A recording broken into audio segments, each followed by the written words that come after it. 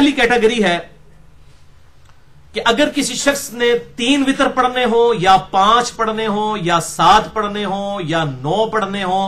یا 11 پڑھنے ہو یا 13 پڑھنے ہو، یعنی وطر یہی ہو سکتے ہیں، 13 زیادہ سے زیادہ، کم سے کم 1، تو یہ تمام کے اعتبار سے کامن طریقہ ہے جو یہ پہلی کیٹیگری ہے۔ اس میں آپ 1 کو چھوڑ دیں، 3 سے سٹارٹ لیں، 3، 5، 7، 9، 11 اور 13، اور یہ ہے افضل ترین طریقہ، وہ ہے 2 سلاموں کے ساتھ نماز وطر ادا کرنا، یعنی 3 وطر ہیں تو 2 سلاموں کے ساتھ، 2 رکعتیں الگ کر کے اور 1 رکعت جو ہے وہ الگ کر کے۔ اسی طریقے سے اگر 5 وطر پڑھنے ہیں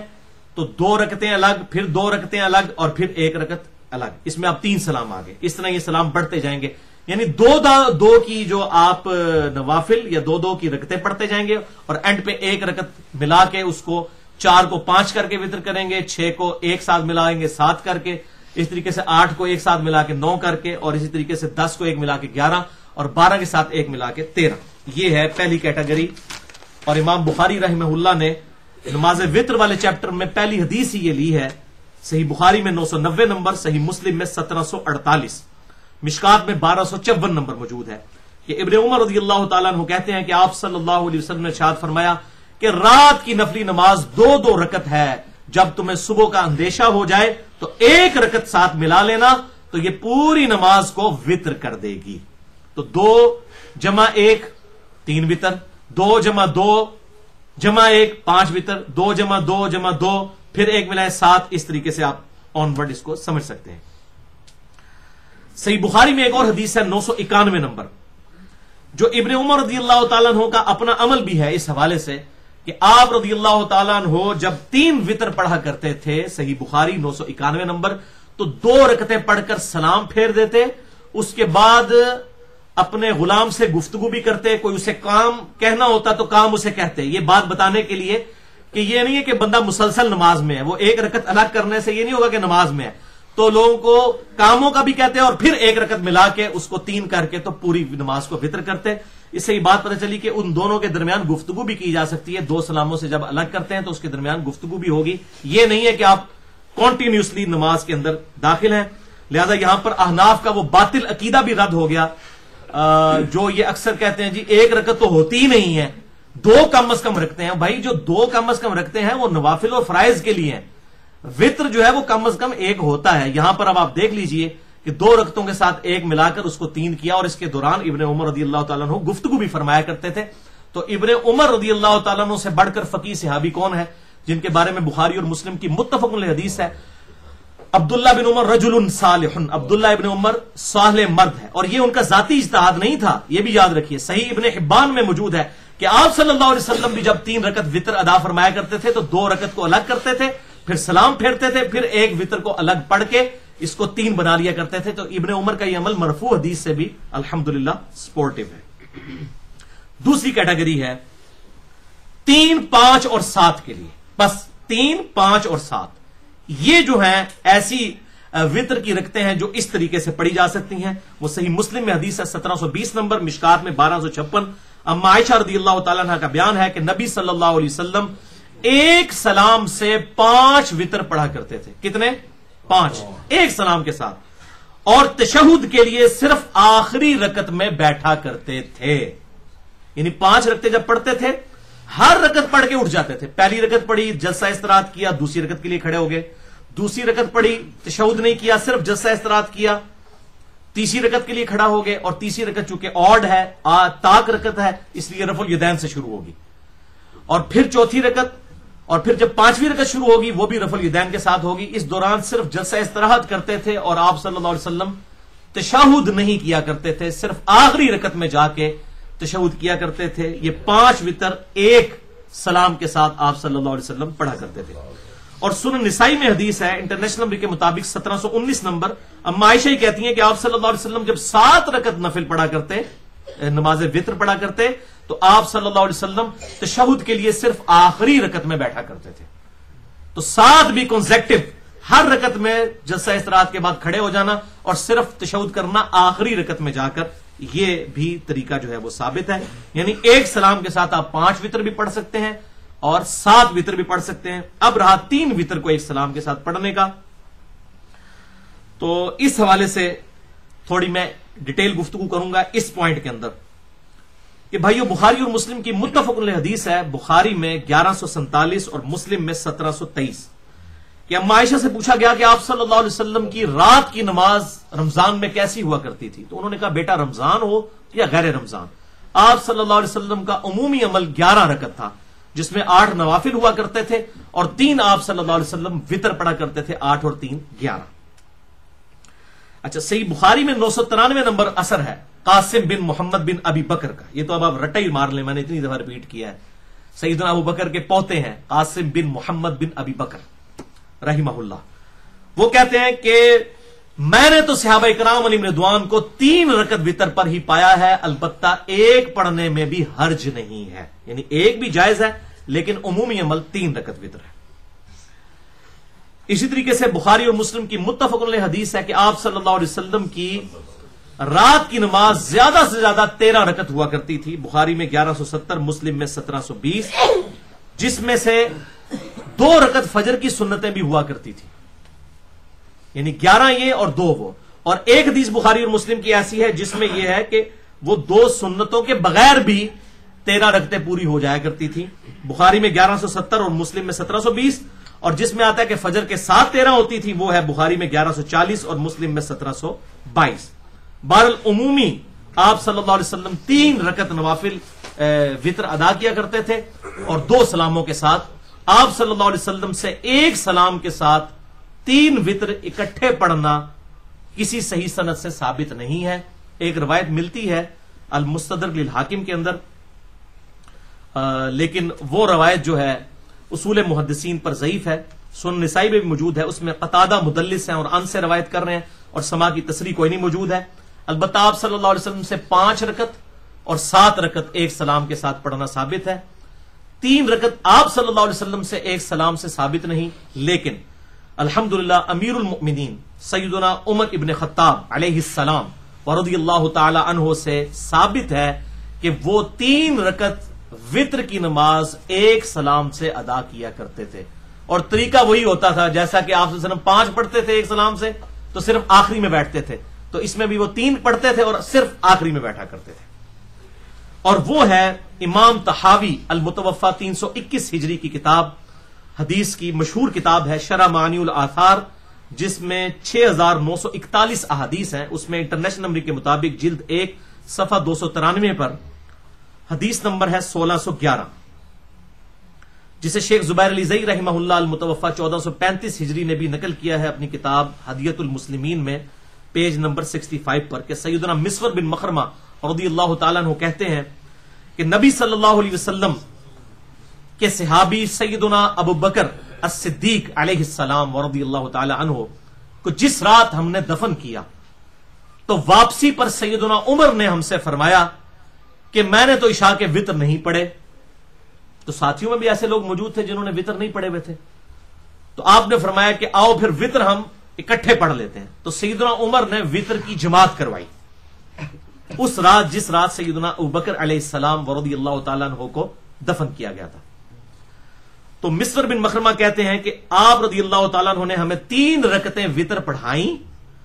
جس میں آپ نے صرف ایک سلام اینڈ پر جا کر پھیڑا، یعنی اکٹھی 3 رکعتیں آپ رضی اللہ تعالیٰ عنہ نے پڑھائیں اس رات جس رات سیدنا ابوبکر کو دفن کیا گیا. اس سے یہ بات بھی پتہ چلی کہ رمضان کے علاوہ بھی نوافل کی جماعت کروائی جا سکتی ہے، اور میں نے صلاۃ و تسبیح والے لیکچر میں بھی یہ بات بتائی ہے. نوافل کی جماعت کے بارے میں ہمیں کوئی چڑ نہیں ہے، لیکن یہ بینر لگانا اور لوگوں کو بلانا کہ جی فلاں جگہ فلاں تاریخ پہ اتنے بجے صلاۃ و تسبیح کی جماعت کی جائے گی، یہ بدعت ہے.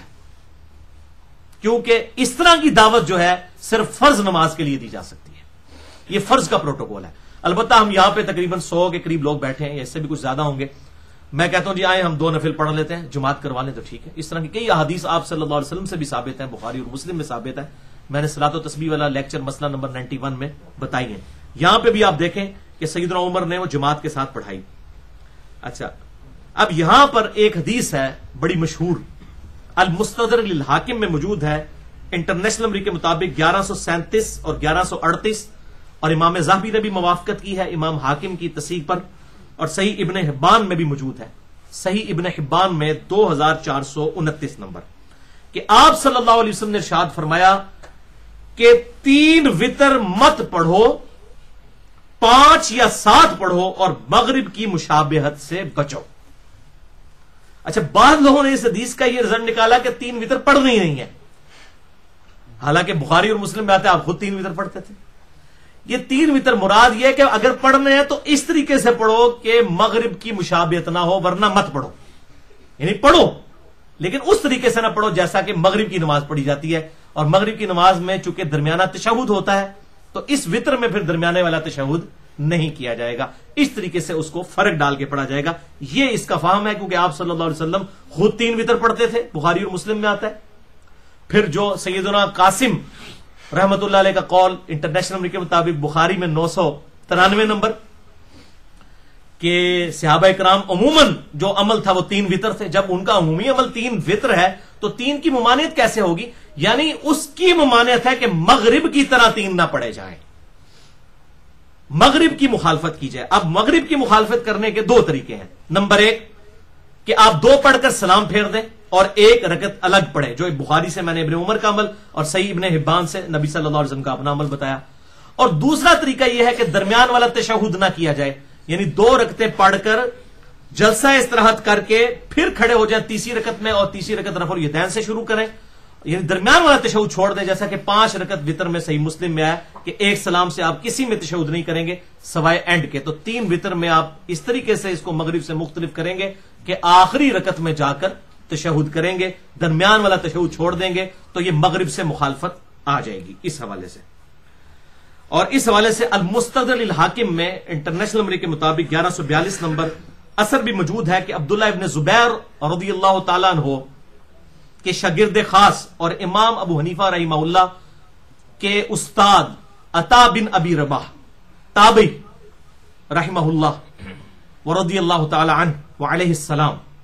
ان کا یہ عمل تھا کہ وہ 3 وتر پڑھا کرتے تھے اور اس میں درمیان والا تشہد نہیں کیا کرتے تھے۔ تو اس سے یہ بات پتہ چلی کہ مغرب سے مختلف کرنے کے 2 طریقے ہیں، ایک ہے کہ 2 پڑھ کر سلام پھیر دیں اور 1 الگ سے پڑھیں، دوسرا طریقہ یہ ہے کہ 1 سلام سے 3 پڑھیں لیکن اس میں آپ درمیان والا تشہد نہیں کریں گے تاکہ مغرب کی مخالفت آ جائے۔ الحمدللہ۔ اب تیسری کیٹیگری ہے 7 اور 9 وتر 1 سلام کے ساتھ پڑھنا اور 2 تشہد کے ساتھ۔ یہ اب طریقہ ایسا ہے جس میں تشہد 2 ہوں گے، سلام 1 ہوگا، یہ بھی موجود ہے۔ سنن نسائی کے اندر انٹرنیشنل نمبر کے مطابق 1720 نمبر ہے کہ نبی صلی اللہ علیہ وسلم 7 وتر اس طرح پڑھا کرتے تھے کہ صرف 6ٹھی رکعت میں جا کر تشہد کرتے تھے، اور 6ٹھی رکعت میں تشہد کرنے کے بعد بغیر سلام پھیرے آپ صلی اللہ علیہ وسلم 7ویں رکعت کے لیے دوبارہ کھڑے ہو جاتے، اور پھر 7ویں رکعت کے اندر دعائے قنوت پڑھ کے تو پھر تشہد پڑھ کے سلام پھیرا کرتے تھے۔ اور صحیح مسلم میں 1739 نمبر حدیث ہے، مشکات میں 1257 نمبر ہے کہ آپ صلی اللہ علیہ وسلم 9 وتر اس طرح ادا فرماتے تھے کہ تشہد کے لیے صرف 8ویں رکعت میں بیٹھتے تھے، اور مسلم کے الفاظ ہیں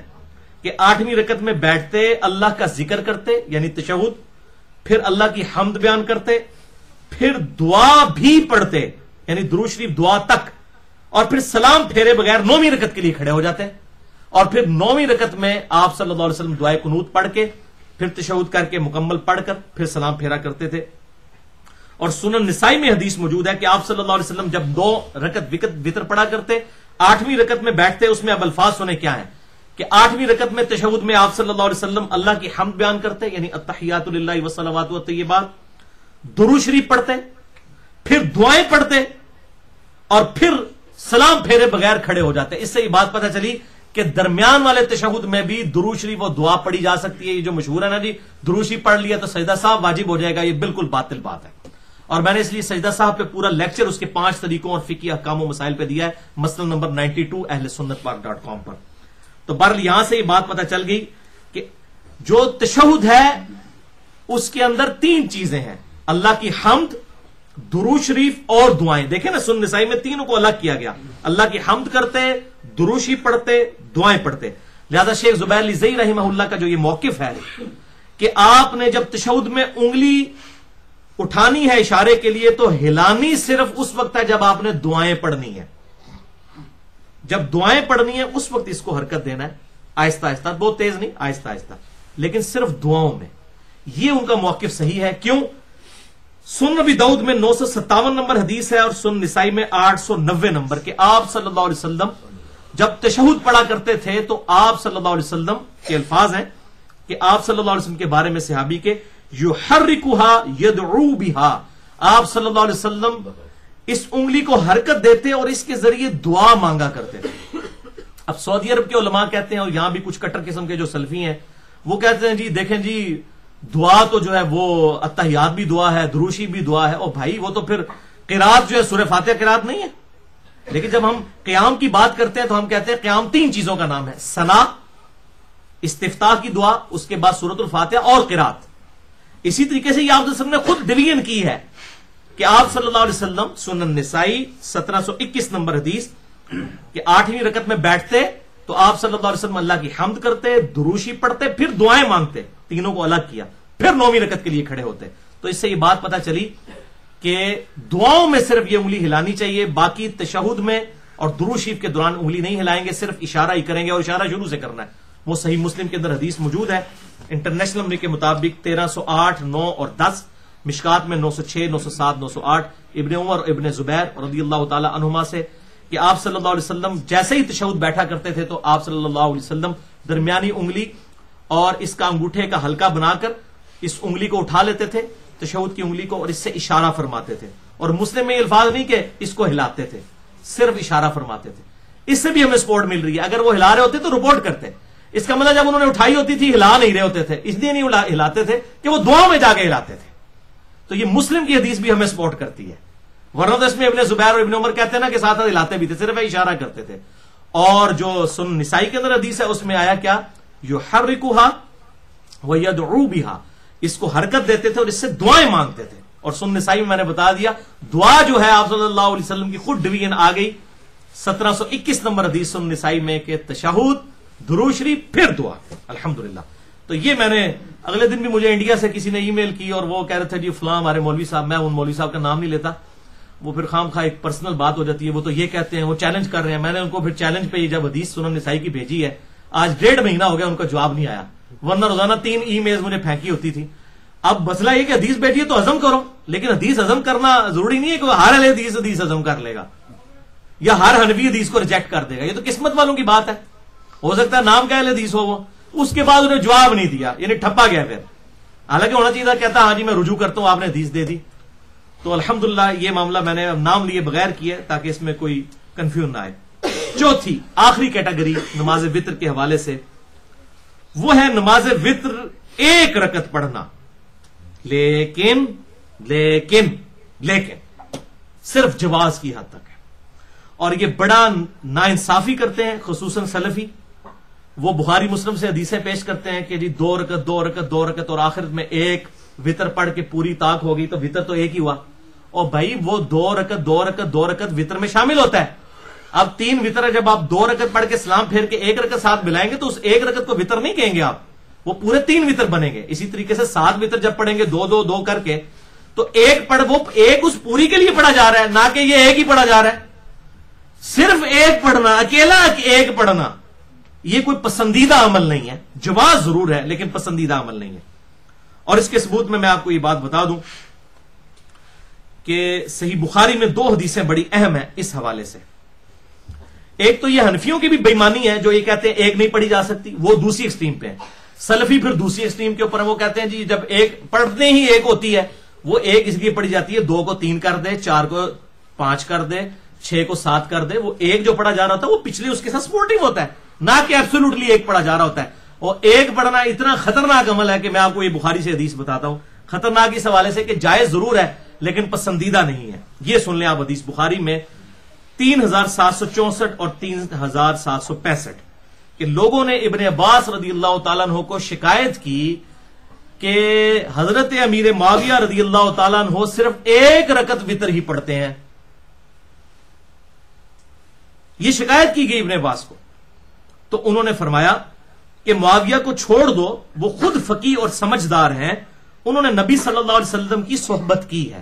یعنی ان سے الجھنے کی ضرورت نہیں ہے، وہ صحابی ہیں، اگر وہ یہ کر رہے ہیں عمل، اس کو جائز سمجھتے ہیں تو اس میں کوئی حرج نہیں ہے، ایک رکعت بھی پڑھی جا سکتی ہے۔ لیکن دیکھیں اس کو معیوب کتنا سمجھا صحابہ نے، شکایت کی کہ یہ دیکھیں حضرت معاویہ، یعنی اس کا مطلب کوئی اور پڑھتا ہی نہیں تھا ایک وتر۔ اور ویسے میں نے جب سے یہ حدیث پڑھی ہے نا، اس کے بعد میں نے پھر کبھی کبھار پہلے میں ایک وتر پڑھتا تھا، ہوں میں کدے بھی نہیں ہو گیا، کدے ایک ہی وتر نہیں پڑھا، میں کہا ہوں تو میں پڑھنا ہی نہیں ایک وتر، کیونکہ معیوب سمجھا جاتا تھا نا، دوسری بات میں کرنا نہیں چاہتا۔ اچھا، دوسری حدیث صحیح بخاری میں 993 نمبر،